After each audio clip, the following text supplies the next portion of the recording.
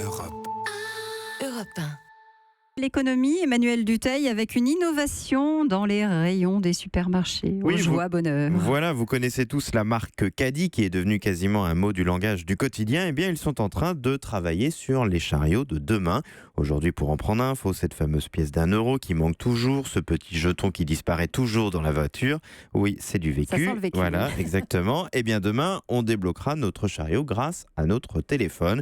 On aura des sacs pour tel ou tel type de produit déjà dans ce chariot et on mettra au fur et à mesure nos produits. Ces produits seront reconnus automatiquement et hop, plus besoin de passer en caisse. Notre carte est déjà rentrée puisqu'on a débloqué avec le téléphone notre caddie et tout est payé directement. Et c'est pour quand ?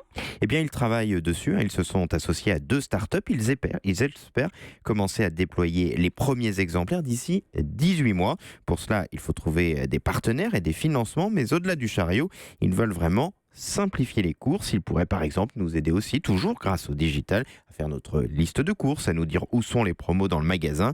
La direction de Caddy le dit, demain nous ne serons plus des vendeurs de chariots, mais des vendeurs de solutions shopping. Et ce sont les seuls à réfléchir à ça ? Ah non, c'est un secteur qui est vraiment en pleine mutation. Au-delà de ces chariots intelligents, la mise en rayon va aussi totalement évoluer. Aujourd'hui, ce sont des manutentionnaires qui mettent les produits en rayon très tôt le matin. Demain, ce seront des robots qui le feront toute la nuit. Il existe déjà des solutions. Amazon a poussé le concept très loin également en ouvrant par exemple des boutiques sans vendeurs. Mais Emmanuel, c'est bien ça le problème, ça va détruire des emplois. C'est certain, un gros acteur du secteur me le confiait récemment en me disant que ça pourrait même être dramatique parce que là, on ne parle pas de science-fiction, on parle de techniques qui existent déjà. Alors du côté de la grande distribution, on veut quand même être rassurant et on veut croire que les jobs vont évoluer. On pourrait remettre de l'humain, notamment par exemple au rayon fruits et légumes. Beaucoup d'acteurs disent que ça se vend mieux si on est servi et conseillé.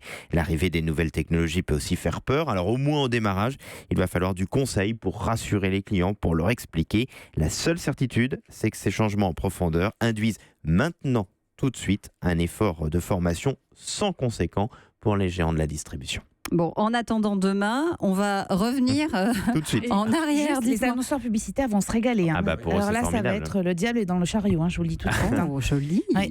Bon. Europe. Europe 1.